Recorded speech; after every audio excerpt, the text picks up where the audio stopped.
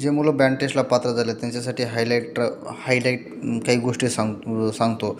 Music western music staff notation western music, त्यातले तुम्हाला काही महत्त्वाचे मुद्दे व हायलाईट मुद्दे मी सांगत आहे, ते जे तुम्हाला तयारी करून जा. ब्रास बँड वाद्य असेल 3 प्रकारातली विभागणी करा. म्हणजे एकूण प्रश्न काय विचारते, वाद्याचे प्रकार किती आहेत, त्यातून तुम्ही 3 सांगायचे. वुडविन, ब्रास आणि पर्क्युशन. ह्याच्यामध्ये कोणकोणते वाद्य येतात हे तुम्हाला समजलं पाहिजे. Flute, clarinet, saxophone. बासमध्ये trumpet, euphonium, trombone, horn, B flat bass हे लक्षात आलं पाहिजे. Bass drum, side drum, cymbal. म्हणजे ह्याच्यापैकी तुम्हाला वाद्याचे प्रकार हे 3 लक्षात आले पाहिजे. ह्याच्यामध्ये कुठले वाद्य आहेत हे लक्षात आले पाहिजे. आणि हे सारेगम म्हणजे मराठी हे झाले शास्त्रीय संगीतातले सारेगम. सा रे ग म प ध नि सा. हे वेस्टर्नचे सारेगम. ह्याच्यामध्ये मराठीमध्ये साला काय म्हणतात, रेला काय म्हणतात हे पण पाठ करून घ्यायचं. दुसरा मुद्दा स्टाफ. लाईन बर्च हा पूर्ण ग्रँड स्टाफ झाला. ग्रँड स्टाफमध्ये एकूण लाईनी किती आहेत, त्याच्यामध्ये एकूण नोटेशन किती आहेत ते पूर्ण पाठ व्हायला. त्यातला मिडल सी कोणता आहे, मिडल सी आहे आणि वरचे 5 खालचे 5, टोटल 11 लाईनी. हा स्टाफ हा म्युझिक लिहिण्याचे 5 लाईनच्या खाली समूहाचा स्टाफ असे म्हणतात. म्हणजे ह्या लाईनला 5 समांतर लाईनचं समूहाला स्टाफ असे म्हणतात. 5 म्हणजे 1 2 3 4 5 पहिला समूह 5 समांतर लाईनच्या समूहाला स्टाफ असे बोलतात. हे तुम्हाला पाठ पूर्ण आलं पाहिजे, पाठ झालं पाहिजे.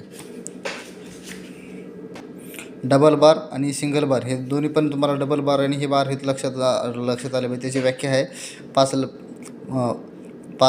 5 लाईनचे स्टाफवर उभी आडव्या रेषा, 5 लाईनच्या वयाच्यावर उभी आडवी रेषा समान तयार होतात. त्या प्रत्येक उभ्या रेषेमधल्या भागाला बार बोलतात. 1 2 3 4 असा बार हा झाला double bar.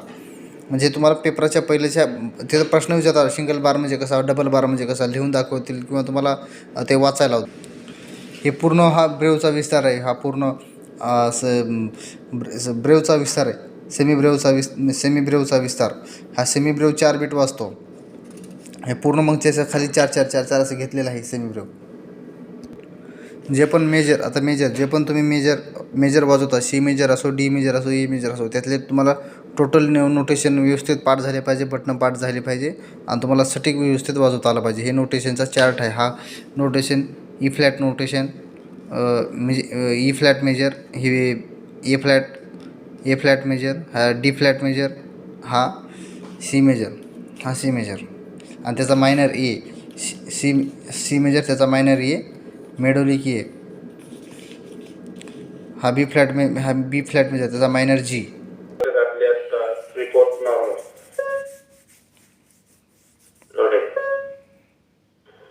JS station calling to control.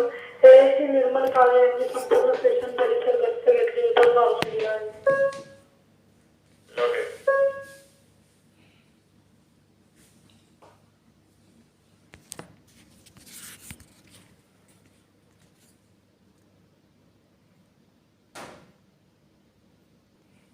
जे पण तुम्ही मेजर वाचत असाल, सी मेजर असो, डी मेजर, ए मेजर, कुठला मेजर, त्या मेजरचा तुम्ही मेजर, उदाहरणामध्ये सी मेजरबद्दल सांगतो तुम्हाला.